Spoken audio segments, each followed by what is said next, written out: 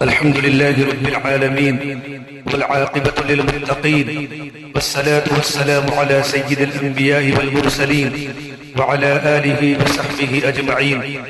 أما بعد فأعوذ بالله من الشيطان الرجيم. بسم الله الرحمن الرحيم. قل هذه سبيلي أدعو إلى الله على بصيرة أنا ومن اتبعني وسبحان الله وما أنا من المشركين. وقال النبي صلى الله تبارك وتعالى عليه وسلم لغدوة أو روحة في سبيل الله خير من الدنيا وما فيها. وقال النبي صلى الله تبارك وتعالى عليه وسلم يوم في سبيل الله خير من 1000 يوم فيما سواه، أو كما قال النبي صلى الله تبارك وتعالى عليه وسلم.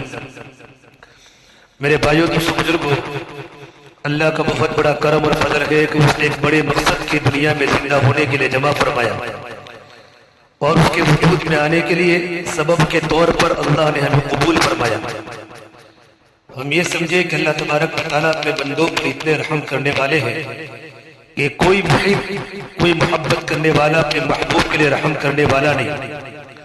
رحم کے تقاضوں کے ماتحت جب زندگیوں میں ایسی خبر آ جاتی ہے کہ وہ اس دنیا میں مرنے کے بعد بھی مصائب میں پڑ جائے تو اپنے رحم کی لائنوں سے کچھ مصیبت لاتے ہیں.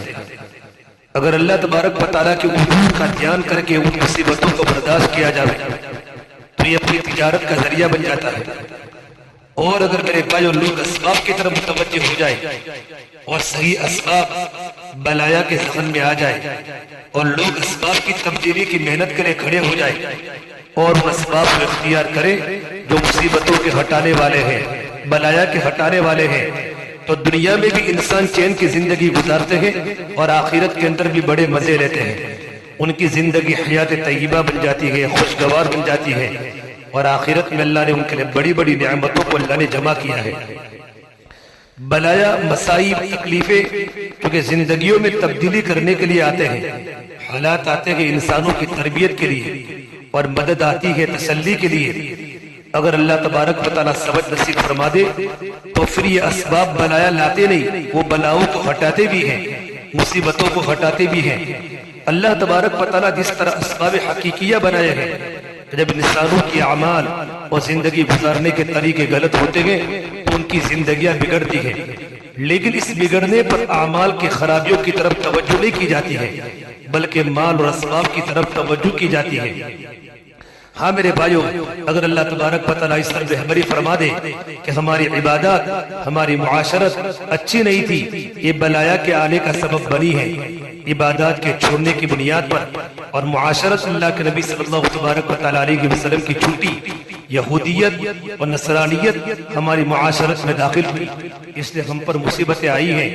لہذا زندگی کے غلط طریقوں کو اپنے اندر سے نکالا جاوے اور صحیح طریقوں کو زندگی میں لایا جاوے. لا الہ الا اللہ دل میں اتر جاوے، محمد رسول اللہ صلی اللہ علیہ وسلم ہماری زندگی کا مقصد بن جاوے کہ کرنے والے تو صرف اللہ ہیں، لیکن دنیا کو اللہ نے دارالاسباب قرار دیا ہے. جو اس دنیا میں آئے گا پہلے انسانوں سے اللہ تعالیٰ اسباب اختیار کرواتے ہیں. انسان شادی کرتا ہے اور جب اللہ تعالیٰ کی مشیت ہوتی ہے تو بچہ یا بچی پیدا ہوتی ہے. اسی طرح غلہ تو اللہ تعالیٰ ہی بناتے ہیں، لیکن اسباب کے طور پر زمیندار زمین، ہل، بیل وغیرہ کا انتظام کرتا ہے. تو اس وجہ سے اللہ تعالیٰ فرماتے ہیں کھیتی والے تم کو یا ہم ہیں، سبب اختیار کرتے ہیں اور کھیتی خدا بناتے ہیں. جس طرح یہ اسباب رکھیں گے اسی طرح میرے بھائیوں انسانوں کے دلوں کے اندر ہدایت کے آنے کا ایک سبب تجویز کیا ہے، اور وہ یہ ہے کہ تم اس کے لیے محنت کرنے والے اور داعی بن کر اٹھو. دل کا وجدان ہو جائے کہ زندگی کے صحیح طریقوں سے ہماری کامیابی ہوگی. میرے بھائیوں، زبان کا بولنا کان کا سننا نہ رہے بلکہ دل کے اندر اتر جاوے. صحیح طریقہ معاشرت میں، حاکموں محکوموں میں، غریبوں مالداروں میں اس وقت پیدا ہوتے ہیں جب دل کے اندر طریقوں سے کامیابی کا وجدان پیدا ہو جائے گا. آپ بہت اچھے اچھے مکان بنا لیں، بہت ساری مالیت جمع کر لیں تو اس سے طریقے صحیح نہیں ہوں گے، لیکن اگر طریقہ صحیح کرنے کی محنت کرے گا تو طریقے صحیح ہو جائیں گے. چاہے اس کے پاس رہنے کو جھونپڑی اور پہننے کو کپڑے تک بھی نہ ہو، دلوں کے اندر سے ضلالت صحیح پاکیزہ طریقوں سے کامیابی کا وجدان دلوں سے نکل جائے دلوں کے اندر سے ضلالت نکال کر جب دل ضلالت سے بھرا ہوگا تو جو بھی عمل کرے گا غلط کرے گا. اور اگر وہ اسباب اختیار کیے جائے جو ہدایت لانے والے ہیں تو اللہ تبارک و تعالی ضلالت کے بادل اس طریقے سے چھانٹتے ہیں جس طرح صبح سادی کے وقت اللہ تعالی اندھیرے کو ہٹا کر روشنی لاتے ہیں. اللہ مصیبتوں کو ختم کرتا ہے. اللہ تعالی بھلائیوں کو لاتا ہے. اللہ خیر کی شکلیں اللہ تعالی بناتا ہے. دلوں میں ہدایت لانے والی محنت بنیاد کا درجہ رکھتی ہے کہ ہدایت اللہ کی طرف سے آئے گی. اگر لاکھوں کے دلوں کے لیے ایک دن میں ہدایت کا ارادہ کریں گے تو ایسا ہی ہو جائے گا. ہدایت کی آمد میں دیر نہیں لگتی بلکہ اسباب اختیار کرنے میں دیر لگتی ہے. جب اسباب قابل قبول ہو جاتے ہیں تو ضلالت نکل کر ہدایت آ جاتی ہے, گمراہی ختم ہو جاتی ہے, زندگیوں میں ہدایت آتی ہے.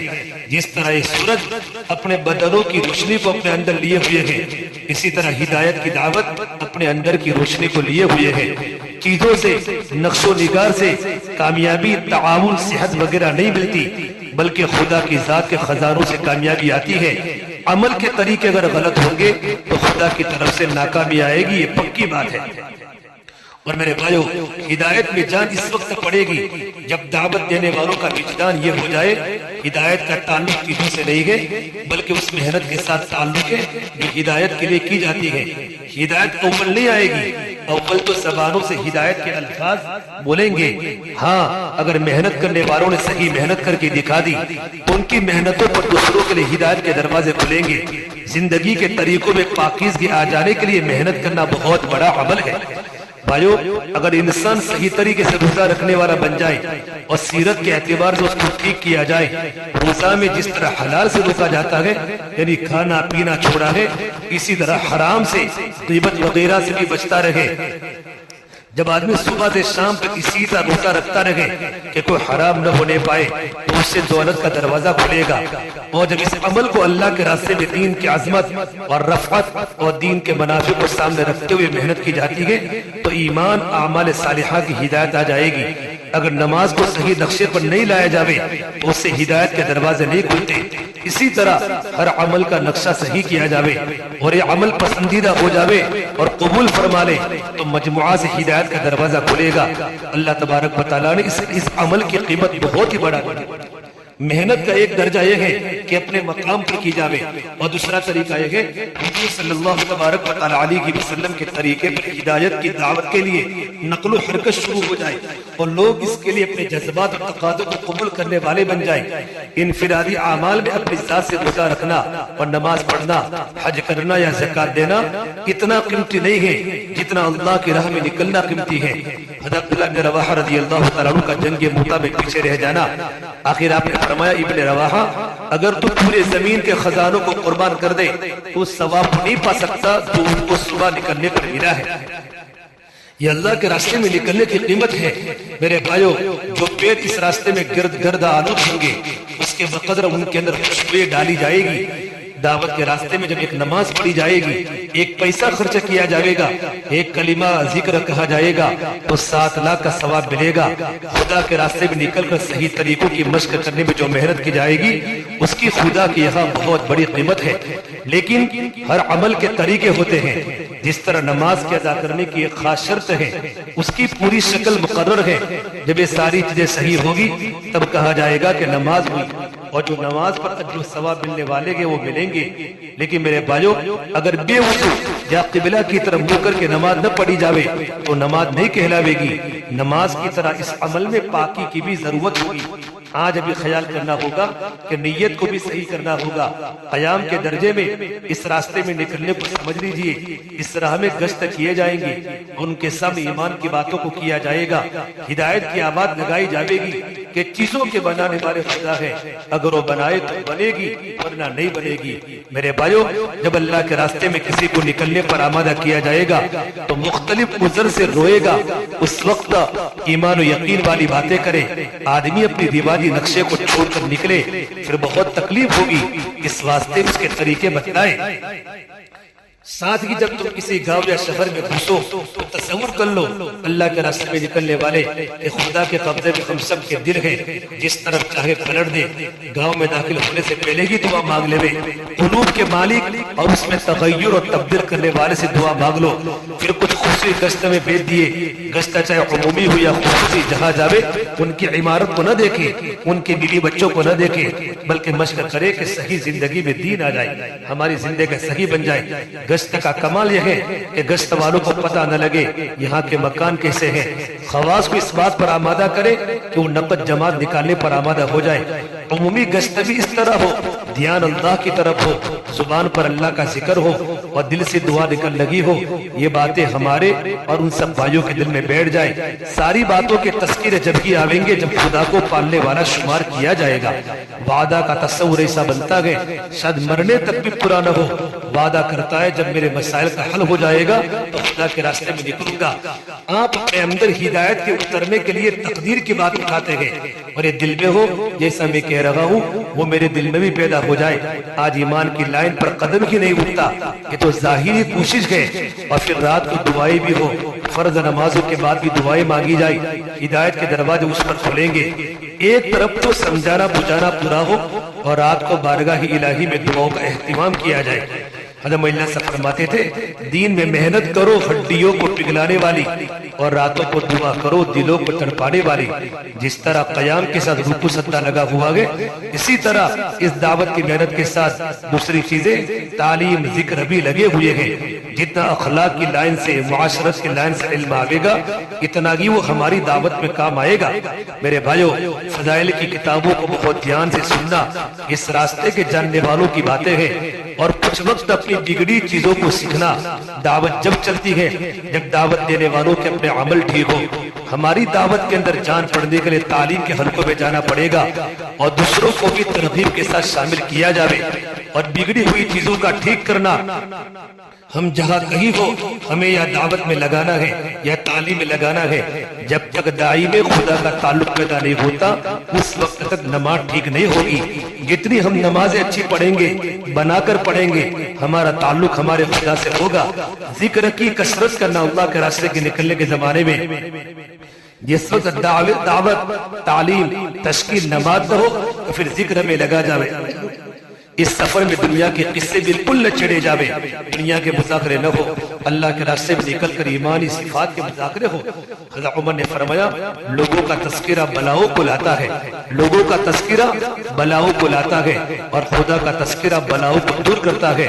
جون سا وقت دعوت تعلیم کا لگی اس میں نمازیں پڑھے یا خدا کا ذکر کرے یا قرآن پاک کی تلاوت میں لگ جاوے.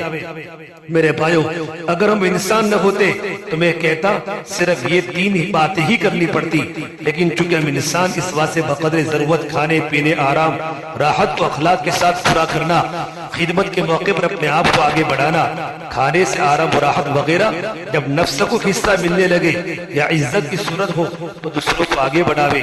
یہ شخص ہے جن پر رکھ کر اللہ ہدایت کے دروازوں کو کھولیں گے. دعوتی کرو, تعلیم کا اشتغال, تعلق مع اللہ کے لیے ذکر کا اہتمام. جس طرح مصنوعی چیزیں ہوا کرتی ہیں اسی طرح سے اگر ساری چیزوں کو سیرت پیدا ہونے کی غرض پر صورت اختیار کیا تو انشاءاللہ اس صورت سے سیرت بھی آ جائے گی. جب اس صورت میں حقیقت پیدا ہو جائے گی تو تم ہدایت کے دروازے کھلے پاؤ گے. باہر نکل کر تو ان باتوں کی پابندی کی جاتی ہے, لیکن اپنے مقام پر آ کر یہ چیزیں چھوٹ جاتی ہیں. مقام پر آ کر نیا ضابطہ بنا رہے. جس طرح باہر نکل کر اخلاقی زندگی کی مشق تھی ان کی بقا کے لیے مقام پر کوشش کی جاتی رہے. اگر بیرونی اور مقامی دونوں محنتوں کو چلایا گیا تو دوسروں کی ہدایت پر پڑھنے کا ذریعہ بنے گا. اس سے میرے بھائیو, اللہ کے راستے کے نکلنے کے زمانے میں جو ہمارے ساتھی جا رہے ہیں ہم محنت کریں, اپنے اندر دعوت کو اتارے, اللہ کے یقین کو اتارے, اپنی زندگی صفات والی بناوے تو انشاءاللہ اللہ کے راستے میں نکل کر ہمارا نفع ہوگا. جب آپ لوگ واپس ہوں گے تو واپسی پر کسی کو 100% نفع ہوا ہوگا, کسی کو 30%, کسی کو پوری زندگی تبدیل ہوئی ہوگی. حالانکہ ایک ہی امیر کے ماتحت رہے ہیں, ایک ہی قسم کا کھانا کھایا گیا, لیکن فائدہ الگ الگ کیوں ہوگا؟ یہ جیسا وقت گزاروں گے ویسا فائدہ ہماری زندگی پر پڑے گا. اس سے میرے بھائیو, آپ لوگ اللہ کے راستے میں جانے والے تو جا ہی رہے ہیں, باقی مجمع بھی ارادہ کروں انشاءاللہ کہ ہم لوگ اللہ کے راستے کی محنت کریں گے، اللہ کے دین کی محنت کریں گے، اور جب دعوت والے اپنی زندگیوں کو عمل پر پڑھتے ہیں، ان کی زندگی عمل والی ہوتی ہے، تو دنیا میں اللہ ہدایت کے دروازے کھولتے ہیں۔ صحابہ کے مجمع نے کیا کیا قربانی دی، مکہ المکرمہ کا قبرستان اور مدینہ کا جنت البقیع میں 10,000 صحابہ کی قبریں ہیں، باقی دنیا میں صحابہ کرام ملکوں میں جا کر اپنی قبریں بنائی۔ اس سے میرے بھائیو اللہ نے محنت دی ہے، یہ موقع دیا ہے، زندگی کو قیمتی بنانا ہو، جان مال کو قیمتی بنانا ہو، تم اللہ کے راستے میں نکلیں گے انشاءاللہ اللہ تعالی ہماری ضرور مدد کرے گا۔ اس سے بھائیو ارادہ کرو۔